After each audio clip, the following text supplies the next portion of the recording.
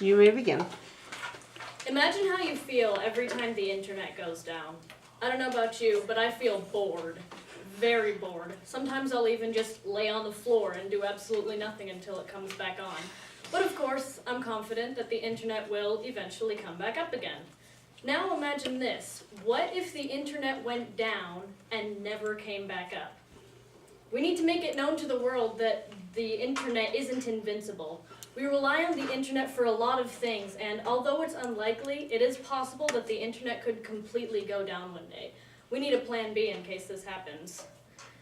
David Eagleman has something to say about that, and he works for CNN, and CNN has earned a reputation for being the most trusted name in news, for putting a lot of time and effort into their research. Anyway, David Eagleman said, "The internet was designed to be robust, fault-tolerant, and distributed, but its technology is still in its infancy.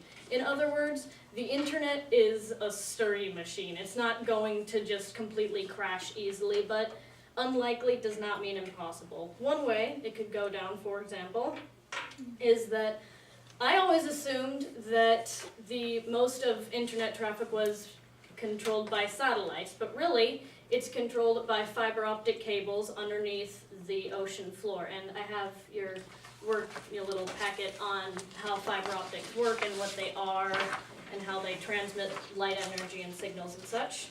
Anyway, these fiber optic cables work a bit like roads. If you cut off or block a small road, you can just take a detour around the damage and not much will happen. The same thing goes for the cables. If you cut one cable or just like one small cluster of cables, not much is going to happen. Your internet traffic can just take a detour around the damage and still find a way to get to you. But if you cut a large cluster of the cables or block like a 6-lane highway, it's going to do a lot more damage. So now that we know that it's possible to take down the internet, why does it matter? Of course, we would be bored, but we could survive without checking Facebook every day. Well, the truth is, we rely on the internet for a lot more than just entertainment. In the words of David Eagleman, the web appears to be the single most important technology ever invented. We rely on the internet for long-distance communication, we rely on it for entertainment, we rely on it for information. I wouldn't have even been able to write this paper without using the internet a little bit. Even essential services like police departments and hospitals rely on the internet a little bit. So if the internet did go down, it would be very bad. I mean, we could, of course, survive without our entertainment, but we need to be able to communicate long distance, and hospitals and police stations and such need to function. So what can we do about it? I mean, none of us in here have built any parts of the internet, right? So the truth is, it wouldn't be all that difficult to come up with a backup system for the internet. Danny Hills has done quite a bit of research on this topic. He has a doctorate from MIT, and he was one of the very first people to actually use the internet. He said that the internet we could build a backup system for the internet fairly easily, and it wouldn't have to cost a lot because we could use the already existing fiber optic cables under the surface of the ocean. But he said people won't decide to do it until they see a need for it, and that's the problem we have right now. Basically, this would be a very easy project to do, but no one knows that it's a problem. There are very few people who know about this potential problem. So all we have to do as individuals is tell people that this is a problem. Just tell people about it. Tell your friends, tell your family members, tell anyone that you know.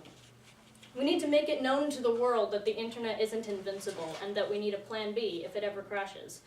The internet crashing may be a very unlikely situation, but unlikely does not mean impossible, and it's better to be safe than sorry. Unlikely things have happened before, and it's not always good.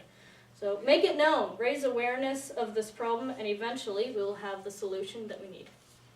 Thank you very much. Let's give a round of applause. Thank you very much, Sarah. Okay, let's go ahead and raise some questions for Sarah whenever you're ready. So, there's just these things that are going across the ocean. I don't understand. It's like on the ocean floor, I guess they installed all the fiber optic cables underneath the ocean floor, and that's what's controlling it. Everywhere where, I don't know exactly how where. did they get to the ocean floor? We haven't, gone to the ocean floor yet. Not, Like, for most- well, of course, we haven't explored the oceans like everywhere, but they did build a lot of cables. I guess probably between countries and stuff, so you can get the long distance. When did they do that?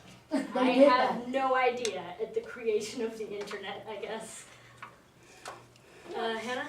According to like these theories that the internet's gonna crash and everything, what's like the life expectancy of the internet? Like how much longer before it crashes? It's unlikely that the internet will ever crash, but there are a number of ways it could go down. Like they're saying that in the future you'd be more likely to like wage wars against people by like trying to if you did take down the internet service, it would be bad. So it would be vulnerable to like attacks or even accidents. Like if someone's working near the cables, you could accidentally cut one, and So like near future or like far future? I don't know. It could potentially happen at any time. Like there's a number of ways the internet could go down, and it could happen at any time. Not specifically like now or in the future, but it's just possible. Derek? You said the idea of a backup plan. What would that backup plan be? It didn't give a lot of information about it because it basically said that we could just use the fiber optic cables and find some way to make it so that at least essential services could continue using the internet, and that way we wouldn't just have like shutdown of hospitals and police departments and things like that. How much does this cost? It wouldn't cost a lot. It didn't say a specific cost, but it said it wouldn't have to be like a multi-million-dollar project. It wouldn't have to be like some huge thing. It wouldn't be terribly difficult. Martin? So do you think there's other way to prevent that by doing something now and like stop relying on internet so much and You do could, something else? you could try to do that. You could think of your own personal backup plan. If the internet goes down, you could think, oh, I could, like, if the internet goes down, I could maybe use, like, radios or whatever to communicate with people. You could think of your own plan. If they put a backup into the existing fiber optic cables, would that make a difference at all, seeing as how mostly the main way that it's going to go down is? I don't know. The truth is right now I don't have like an actual backup plan, and that's why it's a bit of a problem because we rely on the internet a lot, and if it went down it would be bad. So we don't have that much of a plan. I guess you could do some research and try to figure out what sort of plans that they might come up with, but I don't really know. Okay, we're gonna go ahead and give a round of applause. Thank you very much.